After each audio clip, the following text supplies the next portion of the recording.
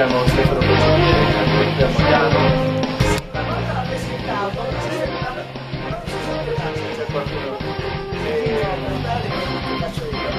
Il professor Cancelliero ormai ci fa lezione da 4 anni, no? 3 anni? 3 anni. Il professore insegna, lavora allo UAB a Venezia e ci fa queste lezioni specialissime, particolarissime, qualche volta addirittura precedendo degli articoli, delle relazioni, quindi tenete il segreto, meglio di Wikileaks.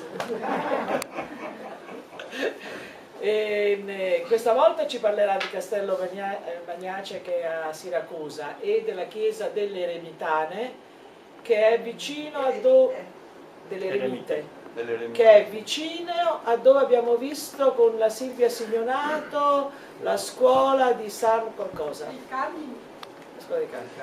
Vicino vicino alle Zattere, per capire. Le Eremite, non gli Eremiti, non fate confusione con gli Eremiti. E E la prossima volta, fra un mese, a fine gennaio, parlerà di Pompei. Gli ho chiesto se nel frattempo la fa crollare tutta, ha detto che no, è stato un fatto più che altro. Ma diciamo che l'unico vantaggio di Pompei, di quella caduta di questo muro, che poi in realtà non era molto importante, come diceva all'amica Elsa, il muro è caduto perché hanno fatto dei lavori alle case intorno e quello ha portato una pressione eccessiva sulla muratura, quell'altro perché già portava sopra un carico di una trave e ha ceduto. Però questo ha portato che Bondi è andato in crisi, ha stanziato 25 milioni per Ercolano. Bene, così noi adesso subito ci fiondiamo a lavorare di più. E anche lì ci sono dei bei progetti in atto. Bene, allora, i marmi del portale di Castelmagnace all'isola di Ortigia. Praticamente, voi sapete meglio di me, questa è la Sicilia, Siracusa è in provincia di Catania. Ecco, quella per l'isoletta che vedete lì, che in realtà è un'isola, è l'isola di Ortigia.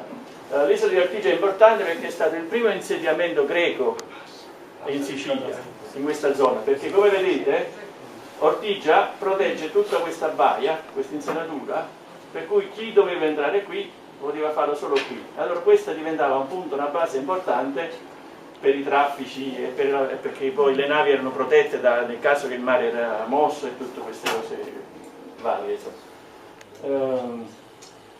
Ecco, questa è la zona di Ortigia e qui nella punta proprio estrema si trova il Castelmagnace, che adesso c'è il faro dentro appunto per illuminare l'ingresso del porto.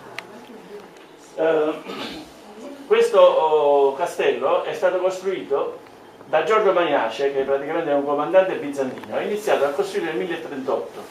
Poi, siccome il posto era molto importante, il Federico II lo trasformò in castello. Questo è stato realizzato appunto da Riccardo Valentini, che lo trasformò in castello tra il 1232 e il 1240. Federico II poi era lui che appunto il committente. Nel 1288 abbiamo la famiglia reale, il re Pietro III d'Aragona, che ci abita. Poi durante tutto il periodo successivo è stato abitato abbastanza, diciamo, perché nel 31 ecco, c'è il Parlamento siciliano che è durato lì un sacco di tempo, vedete? Poi c'è stata la Camera Reginale che è durata fino al 1536, dove si prendevano le decisioni per la Sicilia. Poi ci sono state diverse regine che sono state ospitate nel castello, Costanza d'Aragona, fino all'ultima Germana de Foix, che è la seconda moglie di Ferdinando il Cattolico praticamente. Nel 1540 ci ha alloggiato anche l'ammiraglio Andrea Doria prima di partire, mentre organizzava la spedizione contro i musulmani, quella da Carlo V, lui era il comandante delle navi, cui ha avuto una storia molto importante, diciamo. Poi per il secolo XV il castello è diventato una prigione. Poi dopo al XVI secolo il castello diventa un punto notale della cinta murale di Ortigia. Qui in questo caso furono costruite anche le mura per proteggere l'ingresso del porto, logicamente cannoni e tutte quelle altre cose per difendere. Proprio per questo che è diventato, diciamo così, un punto notale per la difesa, nel 5 novembre del 704 è esplosa la Santa Barbara del castello. Il castello è stato ridotto in 1000 pezzi, addirittura i pezzi sono stati trovati lontanissimi, i blocchi sono arrivati a chilometri di distanza, è scoppiato tutto.